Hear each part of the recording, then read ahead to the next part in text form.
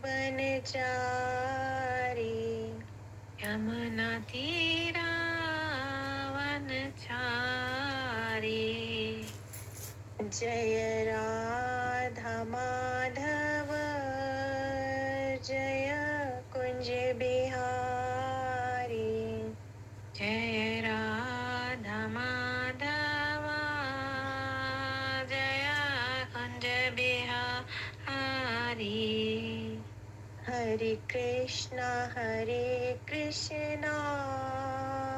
कृष्णा कृष्णा हरे हरे, हरे राम राम राम हरे हरे। हरे कृष्णा कृष्णा कृष्णा हरे हरे, हरे राम राम राम हरे हरे। हरे कृष्णा कृष्णा कृष्णा हरे हरे, हरे राम राम राम हरे हरे।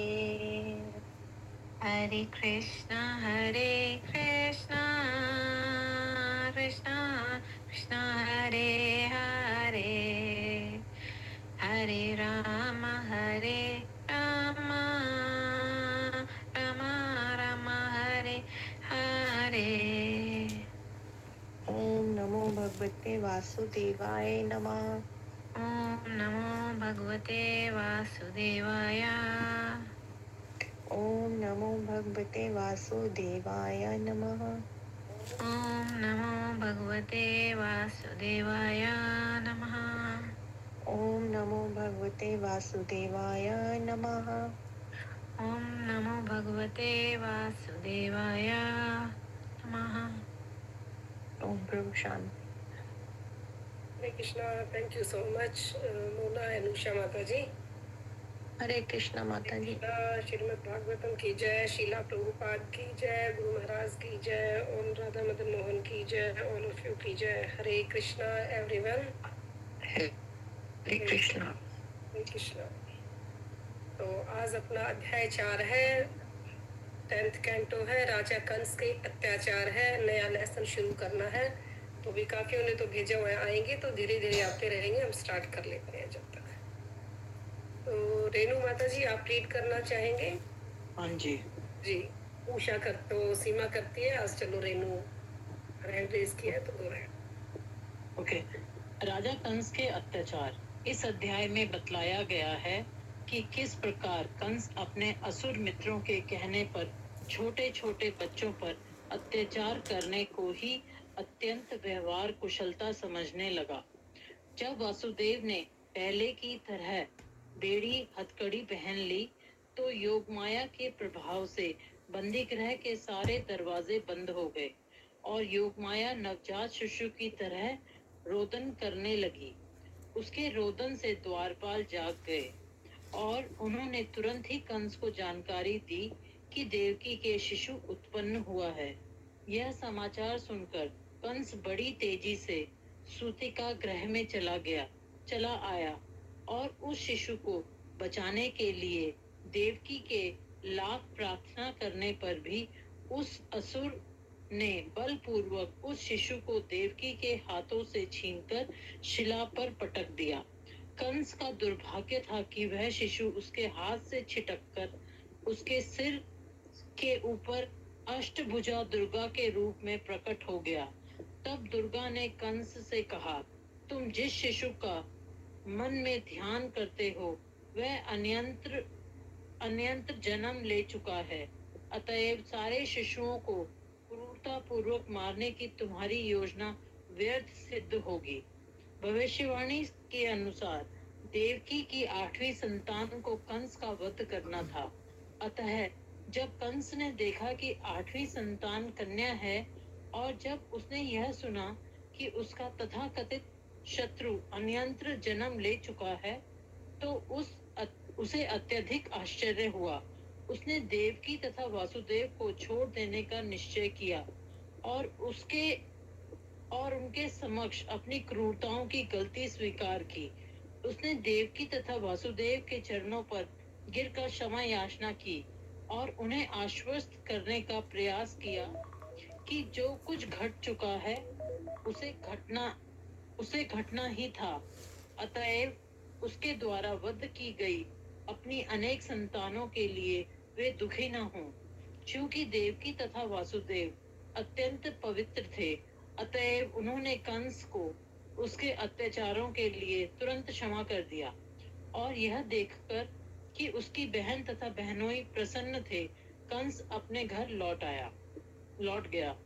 किंतु रात बीत जाने पर कंस ने अपने मंत्रियों को बुलाकर उन्हें जो कुछ घटा था कह सुनाया। ये सारे मंत्री असुर थे। अतः उन्होंने कंस को सलाह दी कि चूंकि उसका शत्रु अन्यंत्र जन्म ले चुका है, अतः विगत 10 दिनों में कंस के राज्य के गांवों में जितने भी बालक उत्पन्न हुए हों, उन्हें मार डाला जाए।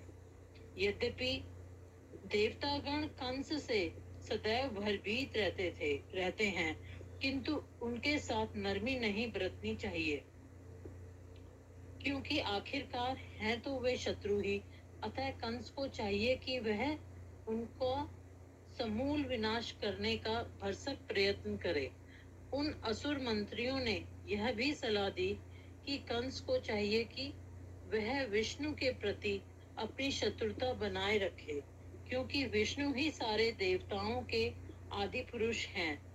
ब्राह्मण, गाय, वेद, तपस्या, सच्चाई, इंद्रियों तथा मन का संयम, आज्ञाकारिता तथा दया विष्णु के शरीर के विभिन्न अंग हैं, जो ब्रह्मा जी तथा शिव जी समेत सभी देवताओं के आदिदेव हैं।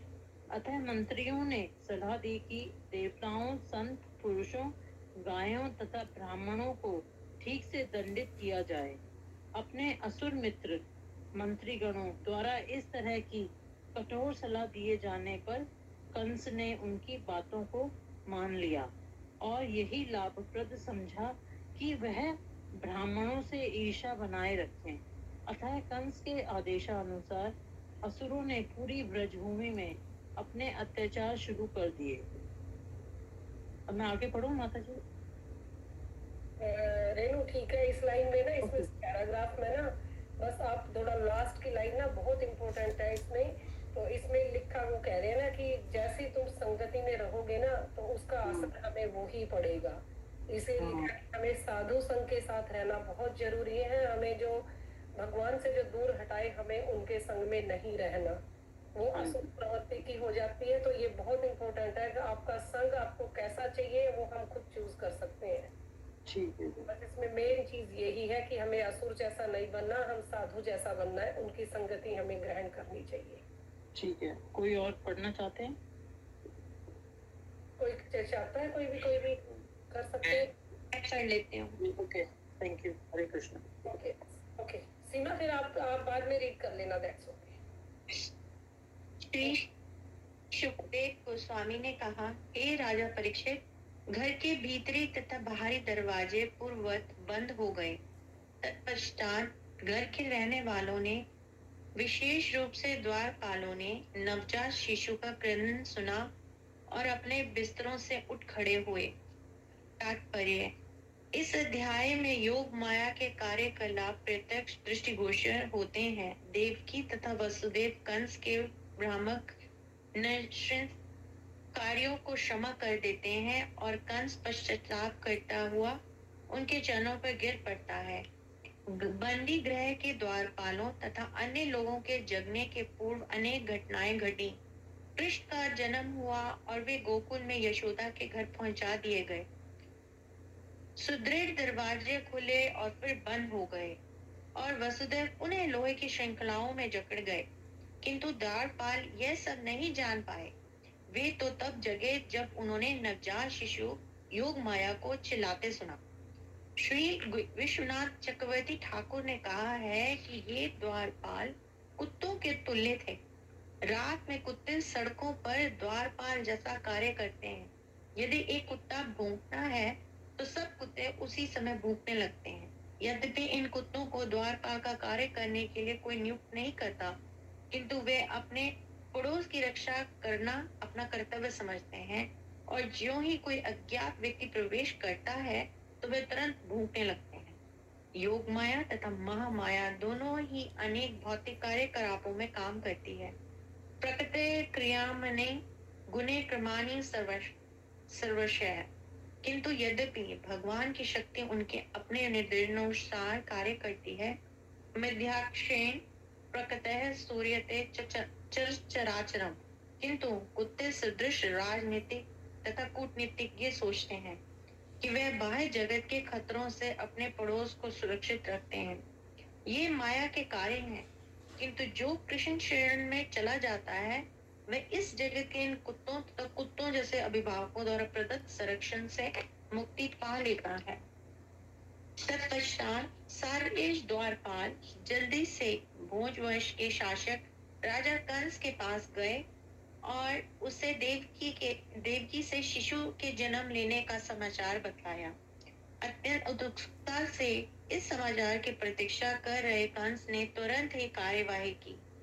तात्पर्य इस भविष्यवाणी के कारण कि देवकी की 8वीं संतान कंस का वध करेगी, कंस अत्यंत उत्सुकता पूर्वक प्रतीक्षा कर रहा था।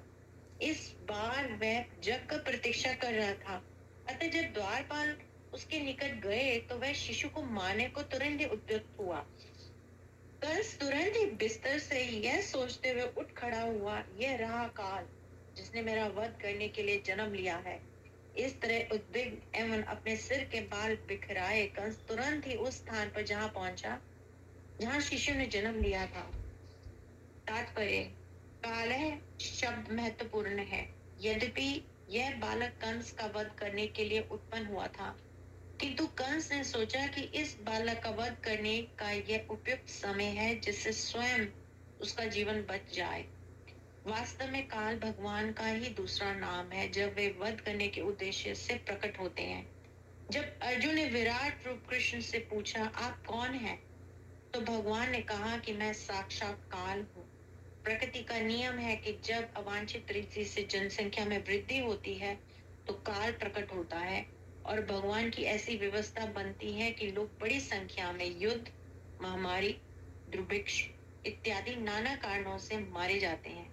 उस समय नास्तिक राजनीतिक नेता भी गिरजाघर, मस्जिद या मंदिर जाकर ईश्वर से कृपा मांगते हैं, किंतु इसके पूर्व में भगवान को या उनकी इच्छा को जानने का कोई प्रयास नहीं करते। काल के प्रकट होने पर ही वे कृपा मांगते हैं। मृत्यु परम काल अर्थात भगवान का दूसरा गुण है। मृत्यु के समय नास्तिक को काल के समक्ष घुटने टेकने पड़ते हैं और तब भगवान उसकी सारी संपत्ति हर लेते हैं। मृत्यु है सर्वहर शाहम, और उसे दूसरा शरीर धारण करने के लिए बाध्य कर देते हैं तथा देहांत प्राप्त है। नास्तिक लोग इसे नहीं जानते कि, और यदि जानते भी हैं तो उपेक्षा करते हैं जिससे वे अपना सामान्य जीवन बिता सकें। कृष्ण भावनामृत आंदोलन उन्हें सिखलाने का प्रयास कर रहा है कि भले ही वे कुछ वर्षों तक महान रक्षक या प्रहरी बने रहें, किंतु काल के प्रकट होते ही उन्हें दूसरा शरीर धारण करना होगा। यही प्रकृति का नियम है। इसे ना जानने के कारण वे प्रहरी बनकर अपना समय व्यर्थ गवाते हैं और भगवान की कृपा प्राप्त करने का प्रयास नहीं करते। स्पष्ट कहा गया है, अप्राप्य मां निवृत्तते मृत्यु संसार वर्तमनि। कृष्ण भावनामृत के बिना मनुष्य को जन्म मृत्यु में भटकते रहना पड़ता है और इसका पता नहीं चल पाता कि अगले जन्म में क्या होगा। हरे कृष्णा। किसी और ने पढ़ना है? हरे कृष्णा। सीमा, आप पढ़ना चाहें तो आप पढ़ सकते हो जी। किसी का कोई डाउट है तो पूछना है। काफी क्लियर है। ओके जी। असहाय तथा कातर भाव से देवकी ने कंस से विनती की, मेरे भाई तुम्हारा कल्याण हो, तुम इस बालिका को मत मारो, यह तुम्हारी पुत्री वधू बनेगी। तुम्हें शोभा नहीं देता कि एक कन्या का वध कर तात्पर्य: इसके पूर्व कंस ने यह सोचकर देवकी को क्षमा कर दिया था कि स्त्री का वध नहीं करना चाहिए, विशेष रूप से यदि वह गर्वनीय हो। किंतु अब यही कंस माया के प्रभाव से स्त्री को, न केवल स्त्री वरन नवजात असहाय कन्या को मार डालने के लिए उद्यत था। देवकी अपने भाई को इस पापमय उद्यान कृत्य से बचाना चाह रही थी, अतएव उन्होंने उससे कहा, तुम कन्या को मारने का नृशंसतापूर्ण पाप मत करो, तुम्हारा कल्याण हो। असुर रजन अपने खुद के स्वार्थ के लिए पाप पुण्य का विचार किए बिना कुछ भी कर सकते हैं, किंतु इससे विपरीत देवकी यद्यपि सुशिक्षित थी और अपने पुत्र भगवान श्री कृष्ण को जन्म दे चुकी थी, किंतु वे पराई कन्या को बचाने के लिए चिंतित थी। यह उनके लिए स्वाभाविक ही था। हे वर भ्राता, तुम देववश मेरे अनेक सुंदर तथा अंगिन जैसे तेजस्वी शिशुओं को पहले ही मार चुके हो, किंतु कृपा करके इस कन्या को छोड़ दो, इसे उपहार स्वरूप मुझे दे दो। तात्पर्य: यहाँ हम यह देखते हैं कि देवकी ने सर्वप्रथम कंस का ध्यान उसके क्रूर कर्मों, उसके द्वारा अपने अनेक पुत्रों के किए गए वध की ओर दिखलाया। इसके बाद वे उससे यह कहकर समझौता करना चाहती थी कि उसने जो भी किया वह उसका दोष न था, अपितु विधाता का रचा था। इसके बाद उन्होंने उससे याचना की कि वह उन्हें इस पुत्री को उपहार के रूप में दे दे। देवकी क्षत्रिय की पुत्री थी, अतएव राजनैतिक दांव पे जानती थी। राजनीति में सफलता प्राप्त करने की अनेक विधियां हैं, दाम, साम तथा दान।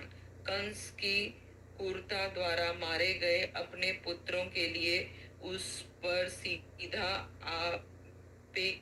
आक्षेप करने की दाम नीति का देवकी ने पहले आश्रय लिया, किंतु इसके बाद यह कहकर समझौता कर लिया कि यह उसका दोष नहीं था, और उसी के बाद उन्होंने उससे एक बार मांगा।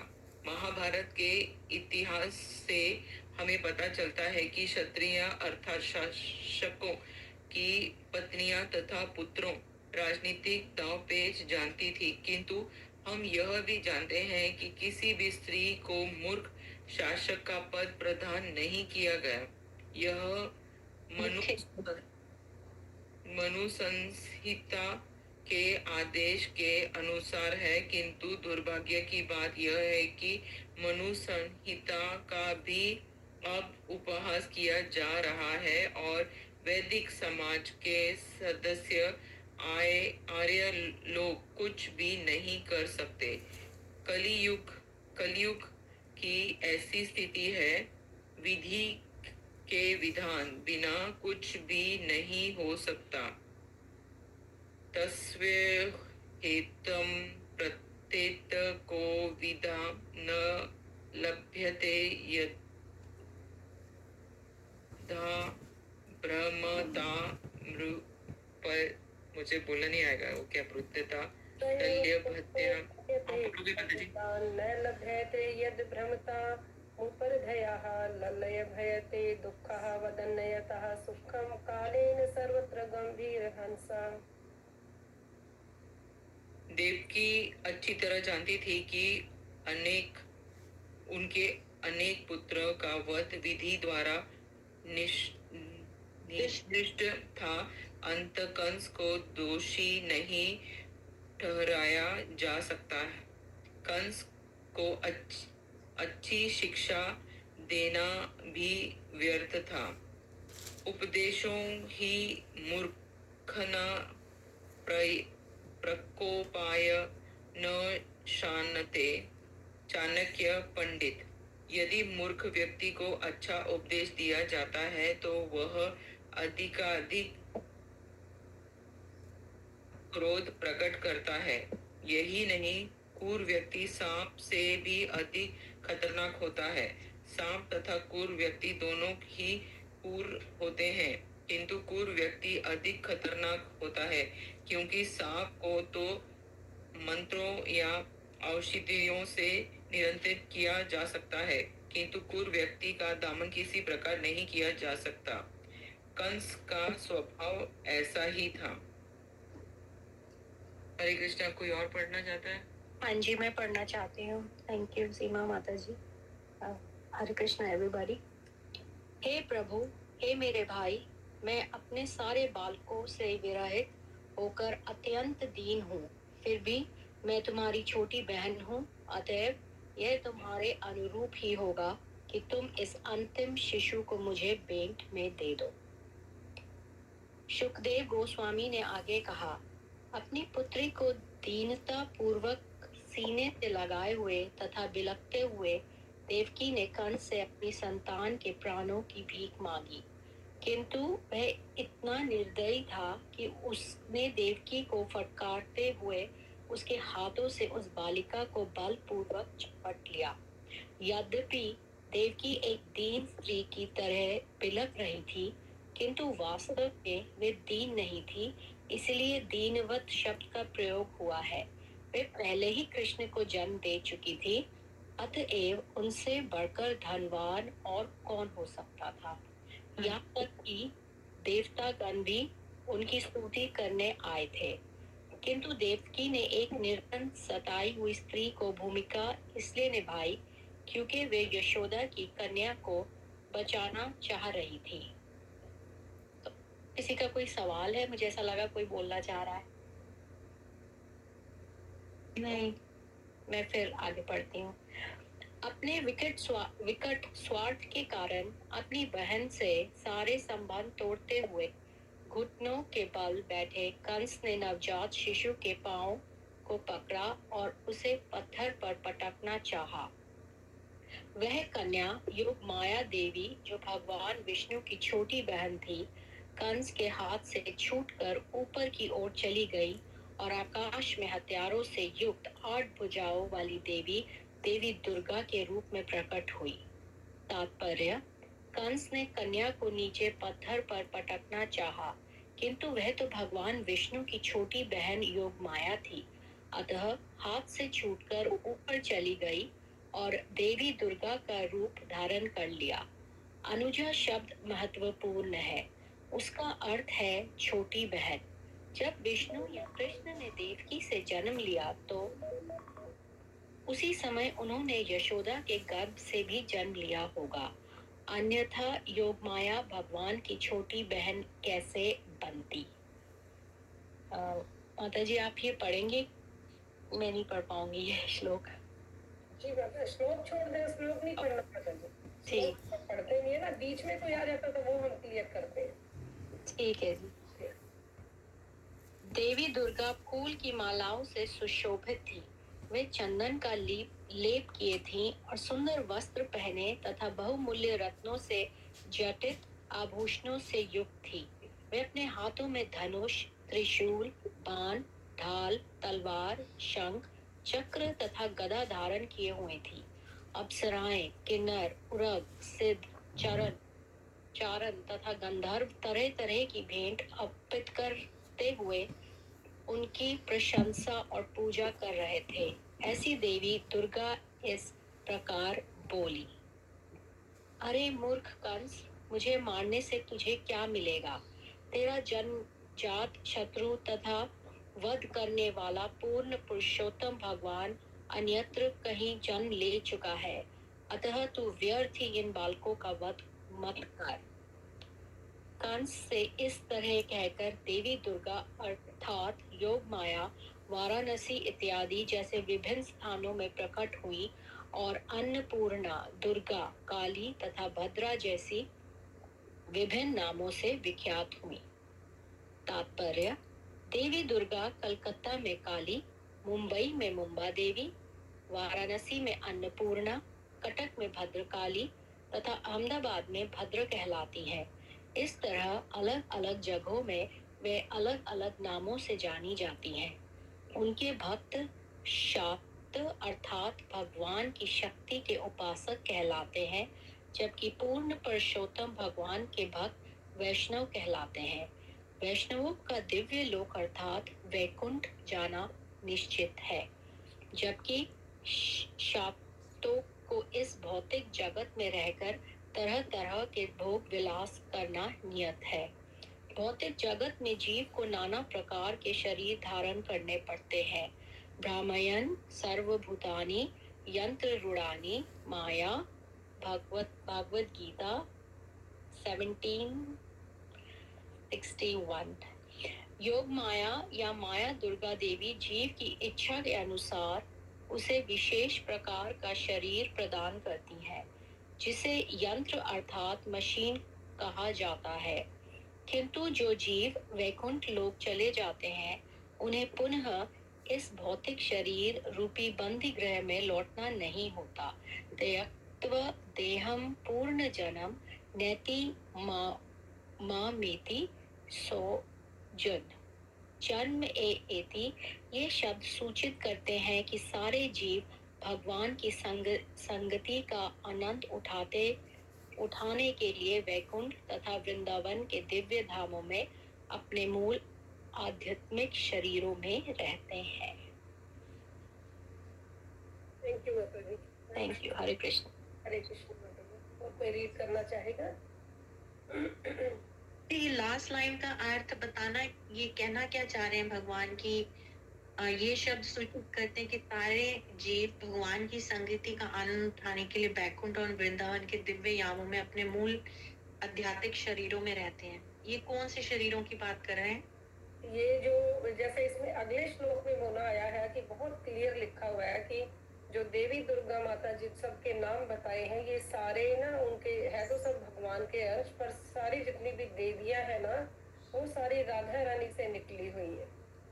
जितनी भी जो देवी कलकत्ता में काली, मुंबई में मुंबा देवी, यहाँ से ये पैराग्राफ की शुरुआत होती है। क्लियर नहीं हुआ तो सारी देवियां है राधा रानी का ही अंश, भगवान का अंश है। राधा रानी भगवान का ही अंश मानी जाती है, बट जो देवियों का जो प्रकाट्य हुआ है वो सारा राधा रानी से हुआ है जितना भी। और देवियों में और अपनी जो राधा रानी की जो गोपियां हैं, इन देवियों को हम गोपी नहीं कह सकते, बिकॉज इनको अपनी अलग अलग से वर्शिप की जाती है। जबकि जो अपनी अष्ट सखियां हैं, जो गोपियां हैं, जैसे ललिता है, विशाखा है, ये राधा रानी की जो 8 सखियां हैं भगवान की, वो अपना कोई क्रेडिट नहीं मांगती। वो जो उन्होंने कह दिया उनकी रजा में ही उनकी रजा होती है।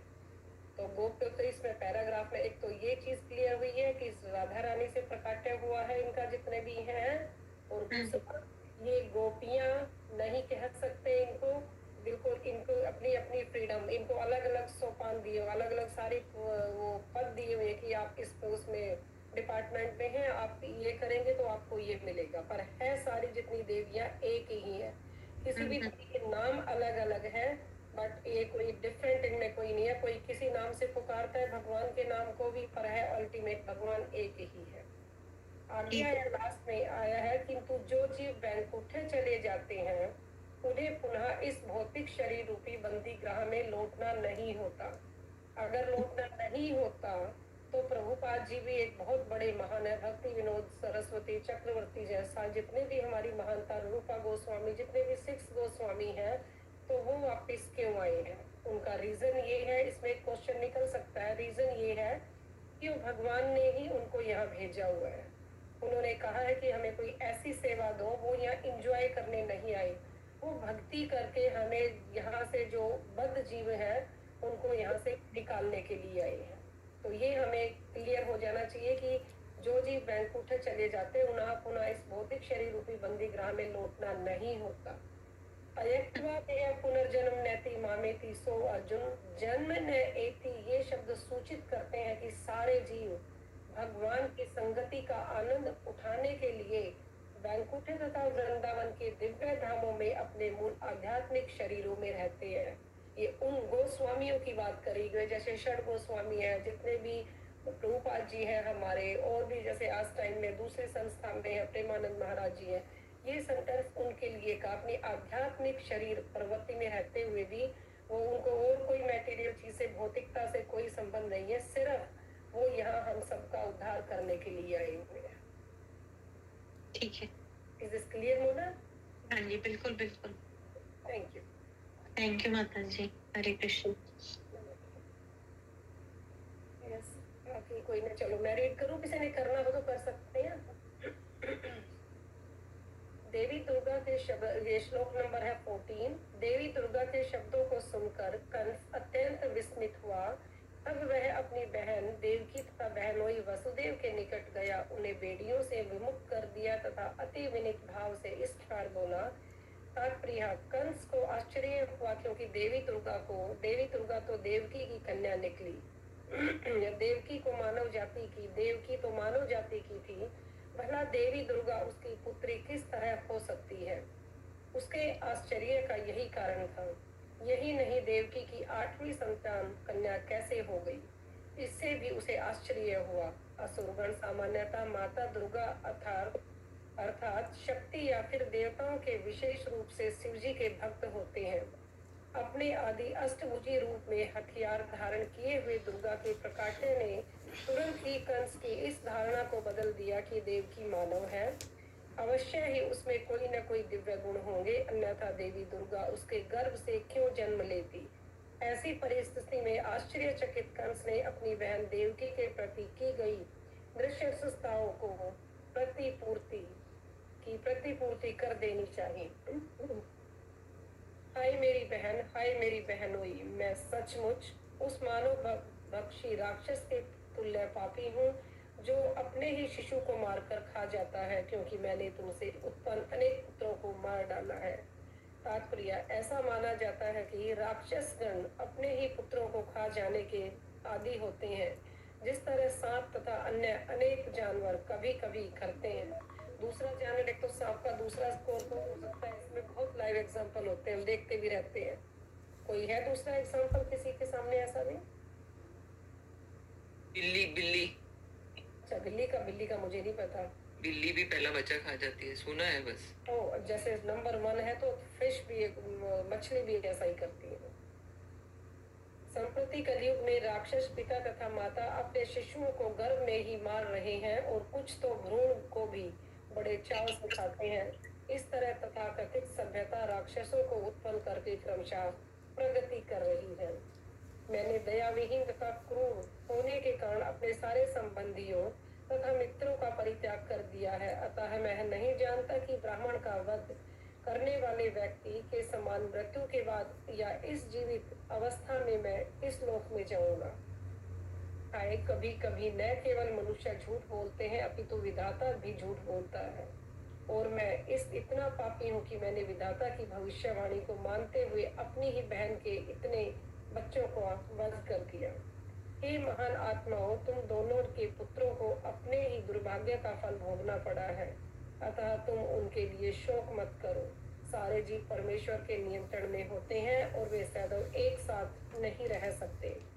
तात्पर्य, कंस ने अपनी बहन तथा बहनोई को महाभागु कहकर संबोधित किया, क्योंकि यद्यपि वह उनके सामान्य बच्चों का वध कर चुका था, किंतु अब देवी दुर्गा इन दोनों से उत्पन्न हो चुकी थी। चूंकि देवकी ने दुर्गा देवी को अपने गर्भ में धारण किया, इसलिए उसने देवकी तथा उसके पति की प्रशंसा की। असुरगण देवी दुर्गा, काली इत्यादि के प्रति अत्यधिक समर्पित होते हैं, इसलिए विस्मित कंस ने अपनी बहन तथा बहनोई के उच्च पद की प्रशंसा की। दुर्गा प्रकृति के नियमों के अधीन नहीं, क्योंकि वे ही प्रकृति के नियमों की नियंत्रणक है, किंतु सामान्य जीव तो इन्हीं नियमों द्वारा विनियमित होते हैं। प्रकृति क्रियमाणानि गुणैः कर्माणि सर्वशः फलस्वरूप हम में से किसी को भी अधिक काल तक साथ साथ रहने नहीं दिया जाता। कंस इस तरह की बातों से अपने बहन तथा बहनाइयों को सांत्वना देना चाह रहा था। ये क्यों नहीं रह सकते हम एक साथ ज्यादा दिन तक, क्योंकि हमारे जो कर्म है उतने ही दिन हम एक दूसरे के साथ रहते हैं। जो हमने किसी के साथ लड़ाई की है, झगड़ा की है, प्यार किया है, उतने दिन ही हम किसी के साथ रह सकते हैं। उससे ज्यादा हमें रहने की कोई परमिशन नहीं है।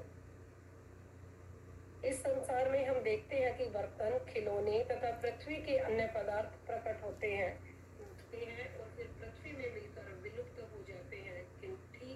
ठीक इसी तरह बद्ध जीवों के शरीर विनष्ट होते हैं, किंतु पृथ्वी की ही तरह ये जीव अपरिवर्तित रहते हैं और कभी विनष्ट नहीं होते। न हन्यते हन्यमाने शरीरे। यद्यपि तात्पर्य, यद्यपि कंस को असुर कहा गया है, किंतु आत्म तत्व का उसे अच्छा ज्ञान था। 5000 वर्ष पूर्व कंस जैसे राजाओं को असुर कहा जाता था, किंतु कंस आधुनिक राजनीतिज्ञों तथा कूटनीतिज्ञों से कहीं उत्तम था, क्योंकि इन्हें आत्म तत्व विषय कोई ज्ञान नहीं है।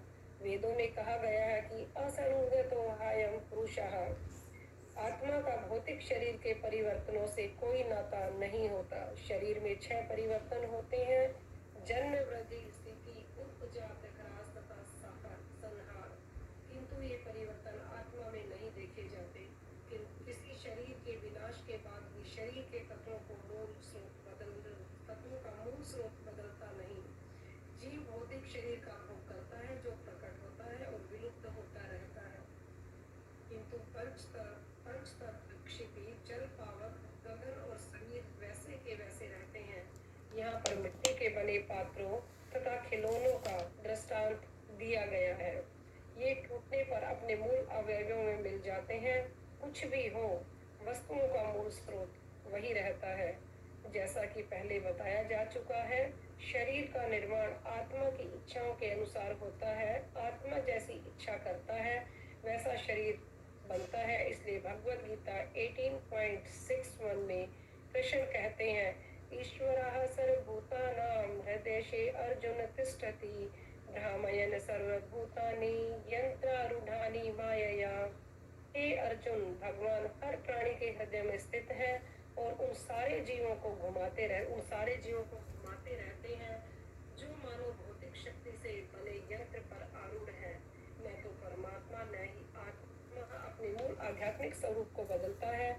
आत्मा का न तो जन्म होता है, न मृत्यु, न शरीर की तरह उसमें परिवर्तन होते हैं।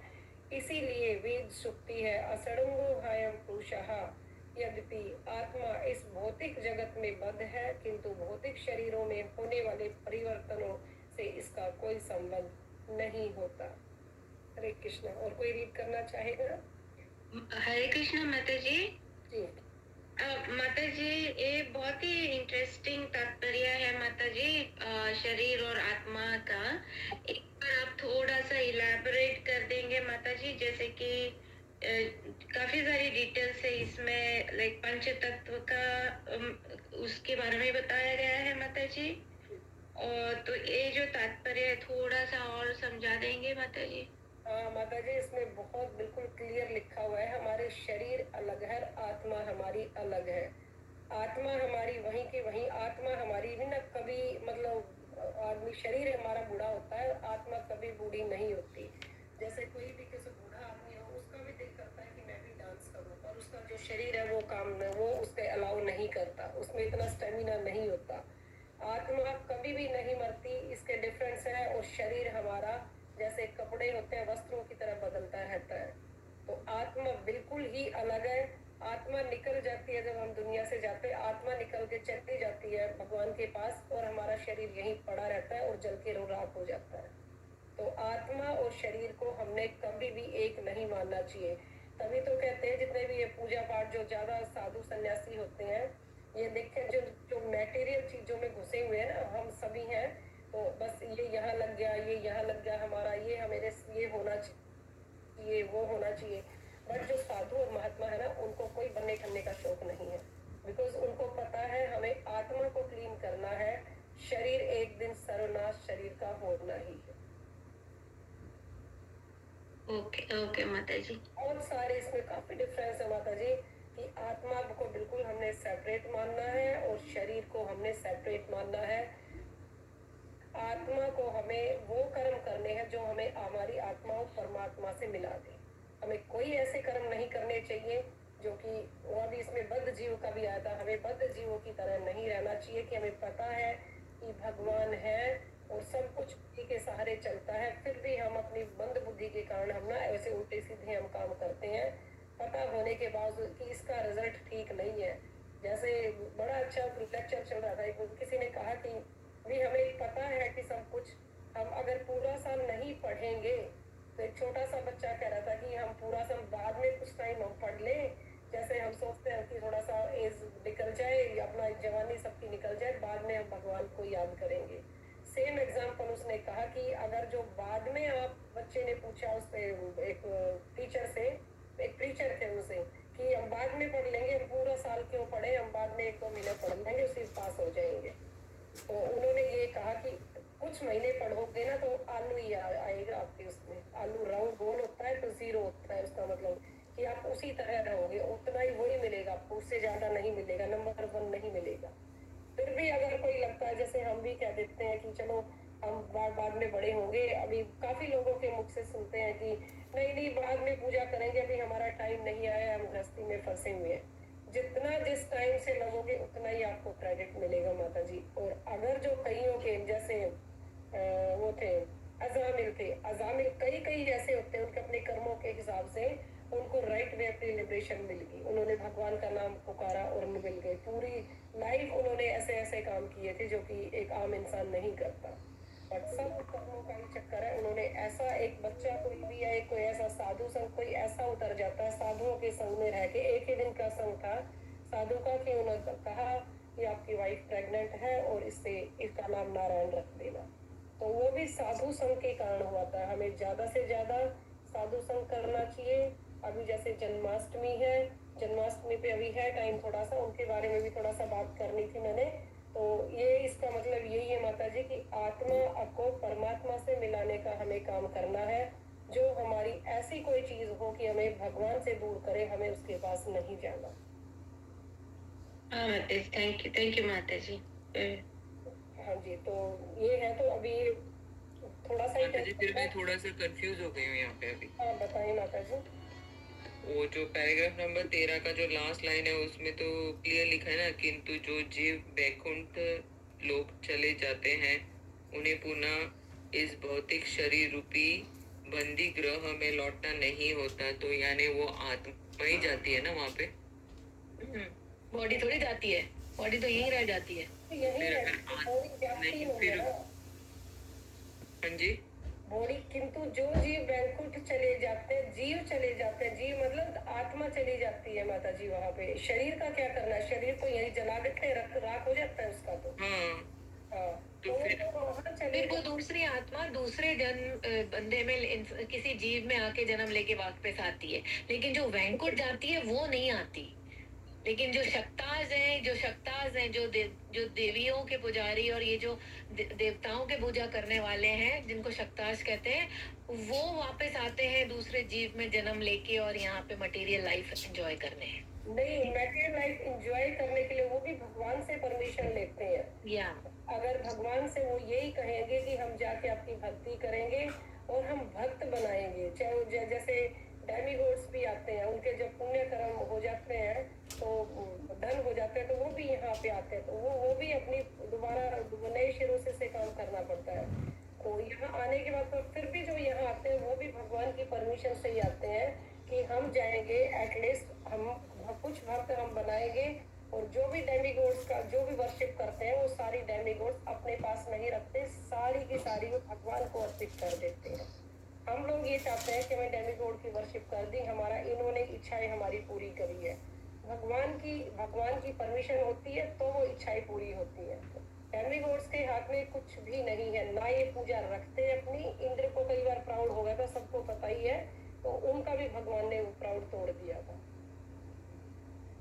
तो अन्नकूट जैसे हुआ था कि नहीं नहीं, वो कहे नहीं मानना नहीं मानना, नंद महाराज भी नहीं करे कि नहीं नहीं उन्हीं को मानना है। जब उन्होंने भगवान ने दिखाया खड़े होके वहां पे तो तब उन्होंने कहा कि नहीं नहीं, ऐसे सब कुछ ऐसे नहीं हो सकता। तो वहां पर भी उनके खुद नंद महाराज भी नहीं मानते थे कृष्णा की कि नहीं, मैं तो इंद्र देवता की ही पूजा करनी है।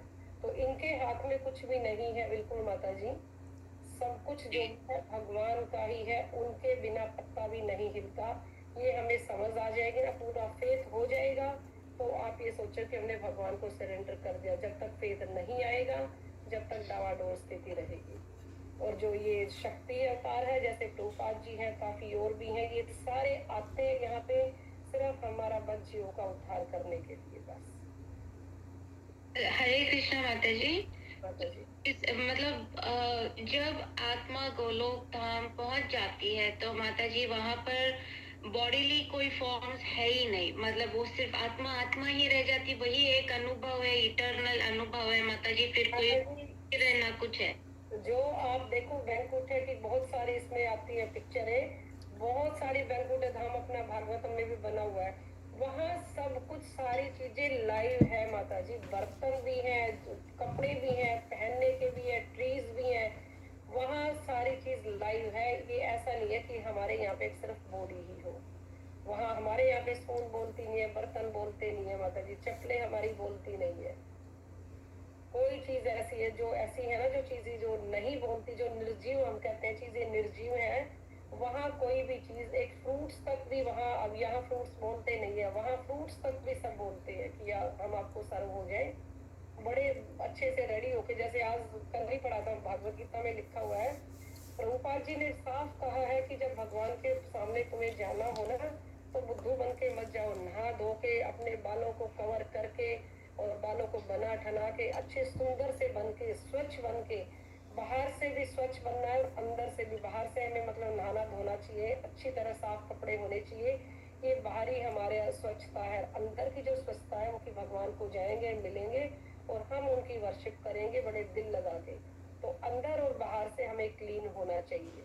रूपाल जी ने बिल्कुल क्लियर लिखा हुआ है, ये नहीं उठे और अपना मुंह धुला नहीं और भगवान को मत्था टेकने हम अंदर चले गए, ऐसे नहीं होता। हमारे घर में कोई भी आता है तो वो तो भगवान जी है, कोई आता है उनके सामने हम के बड़ा बन ठन के जाते हैं, हाँ कौन हो गई हमारा, ये हो गया, ये करके, ऐसे उठपटांग बिस्तर से उठ के तो हम किसी के सामने जाते नहीं है। तो सेम चीज है, ये कोई फॉर्म है वहाँ हर चीज लाइव है माता जी। ट्रीज है वहाँ भी, भगवान का तो प्रकाश इतना है कि प्रकाश से सारा वहाँ उजाला होता है, वहाँ पे लाइट लाइट लाइट है, कुछ भी नहीं है। ओके ओके माता जी, बस यही था, मुझे लगता है somewhere around this line only शायद सीमा माता जी का क्वेश्चन था कि क्या सिर्फ आत्मा ही जाती है, तो मुझे लगा कि आत्मा भी माता जी आज तक ना, जैसे हम लोग है ना वहाँ अंदर, तम कह रहे हैं हम अंदर चले गए, अंदर भगवान के, हम वहां तक अभी पहुंचे ही नहीं है माता जी। और डोर पे ही कन्वर्सेशन होती है, भगवान के डोर पे ही होती है। तो क्या किया, तुम कहाँ जाना चाहोगे, यहाँ पे ये है, यहाँ पे ये है। एक बार उस डोर तक सबको जाना चाहते हैं, जो ये कह देता है कि हाँ मैंने जाना ही है, और उसकी भक्ति इतनी स्ट्रोंग है। यहाँ जिसकी इच्छा कोई रह गई ना कि मेरा ये रह गया, मैंने ये करना है, उसने वापस भगवान कहेंगे अपनी चिंता मत कर मेरे बच्चे, तू वो भी इच्छा पूरी करके आ। यहाँ जिसकी कोई इच्छा नहीं रही, वो ही बंदा भगवान के पास जाएगा।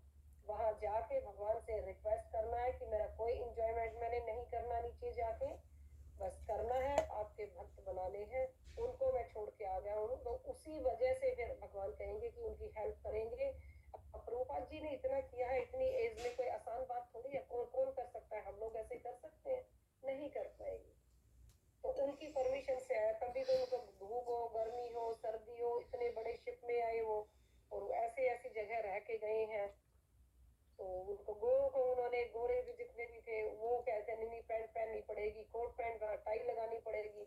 वो कह रहे ये तो मैं आप लोगों को अपना वेशभूषा पहनाने आया हूँ, मैं आपकी नहीं पहनने आया। तो इतना स्ट्रॉन्ग उनका डिजायर था कि आज उन्होंने करके दिखा दिया। सही बात है माता जी, इजी नहीं था जैसे आप बता रहे हो, मतलब कुछ ऐसे ही आत्मा है जिनको आई थिंक ये कार्य दिया हुआ है, वो भी भगवान की परमिशन से ही आते हैं, खास खास माता जी है, हर किसी के हाथ का नहीं है, पहले तो उनके लेवल तक बनना है, फिर शायद आगे का होगा माता जी। बस लेवल तक बनना है, अपनी इच्छा नहीं रखनी माता जी। इच्छा है तो तो फिर हमें आना पड़ेगा, इच्छा नहीं है तो बस काम निकल जाएगा हम सबका। माता जी एक मेरे को मीनिंग नहीं समझ में हम्म।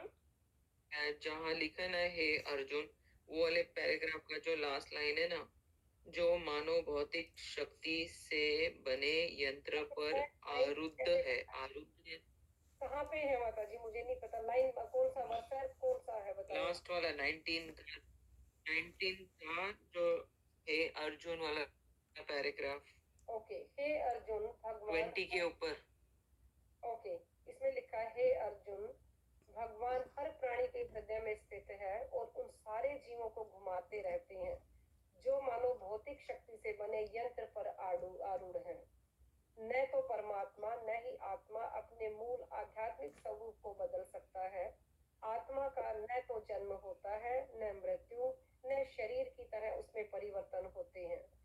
इसलिए सुक्ति है असंगो हाय हराय हायम पुरुषः, यद्यपि आत्मा इस भौतिक जगत में बद्ध है किंतु भौतिक शरीरों में होने वाले परिवर्तन से इसका कोई संबंध नहीं है। क्या क्लियर नहीं हुआ बताएं इसमें आपको? जो उसका मीनिंग है ना, पहला वाला जो लाइन करते हैं, भगवान जो अर्जुन मानो को भौतिक शक्ति से बने यंत्र पर आरूढ़ है, यानी कि हमारा आरूढ़। जो मन है माता जी, भौतिक शक्ति मीन्स हमारा जो मन है वो मटेरियल चीजों से जुड़ा हुआ है, हम उसी घोड़े के सवारी पे बैठे हुए हैं। आरूढ़ का मतलब होता है जैसे किसी के ऊपर लपेटते नहीं है हम कोई चीज। अच्छा, हाँ, तो हम उन्हीं में करें कि भौतिक शक्ति का एक यंत्र है, उस यंत्र की तरह माता जी हम चल रहा है हमारा। हम कोई ऐसी इच्छा, इसमें बिल्कुल क्लियर लिखा है कि जो मानो भौतिक शक्ति से बने यंत्र पर आरूढ़ है। आरूढ़ मीन्स किसी को सवार हो जाए, किसी पे बैठ जाता है ना इंसान, कि हम उसी पे बैठ के घूम रहे हैं हमारी अपनी इच्छाओं को लेके। हमें जिसकी वही है जिसकी मटेरियल डिजायर खत्म हो गई है, वो इस मन के संकट में नहीं पड़ना। और आगे इसमें आत्मा और परमात्मा का बिल्कुल क्लियर किया हुआ है। आत्मा का, अपनी आत्मा को हमें परमात्मा से मिलाना है। परमात्मा अलग चीज है, आत्मा एक अलग चीज है, दोनों का मिलन हो जाता है तो हम भगवान की जो शक्ति है उसको हम पा लेते हैं।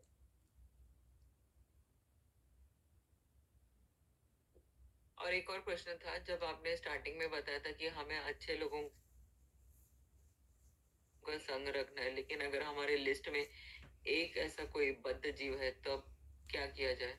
माता जी धीरे धीरे उसको क्योंकि हम एसोसिएशन छोड़ नहीं सकते, हमको कभी कभी सुनना भी पड़ता है ना, ऑफिस में, फ्रेंड सर्कल में, सब जगह में एक कोई ना कोई ऐसा होता है, भले वो हमारे ग्रुप का है लेकिन एक होता है। माता जी बिल्कुल होता है। उससे अपना, जो उसने आपको कह दिया ना, इजी नहीं है। जो उसने आपको कह दिया आप उसकी सुनोगे, पर करो अपनी मर्जी से करोगे। वो गलत काम कहेगा, आप गलत नहीं करना। क्यों? आपने तो बंदिश थोड़ी है आपके ऊपर। जो उसने, हाँ, अगर कोई आपका कोई बॉस है, कोई कहेगा करना पड़ेगा, पर वो भी इरिटेट होता है, एक अलग बात है। पर उसकी इरिटेशन का एक वही महात्मा, सच्चा महात्मा है जो इरिटेशन का जवाब हमें प्यार से दे दे। उसको एक दो बार, वो बेवकूफ तो होगा नहीं, दो चार बार वो आपको तंग करेगा, पर आप सॉफ्ट रहोगे ना, तो मैं 100% कहती माता जी वो भी चेंज हो जाएगा। ठीक है माता जी। ये बहुत सारे लोग देखते हैं माता जी, हम टेम्पल में भी कोई एकदम ऐसा हाइपर हो जाता है, टेम्पल से बाहर ऐसा हाइपर हो जाता है कि जैसे अब पता नहीं एग्जाम्पल कौन कौन गए थे। एक माता जी थे, हमें नाम मुझे नहीं पता, अभी पिकनिक पे गए, हर छोटी छोटी बातों को लेके वो झगड़ा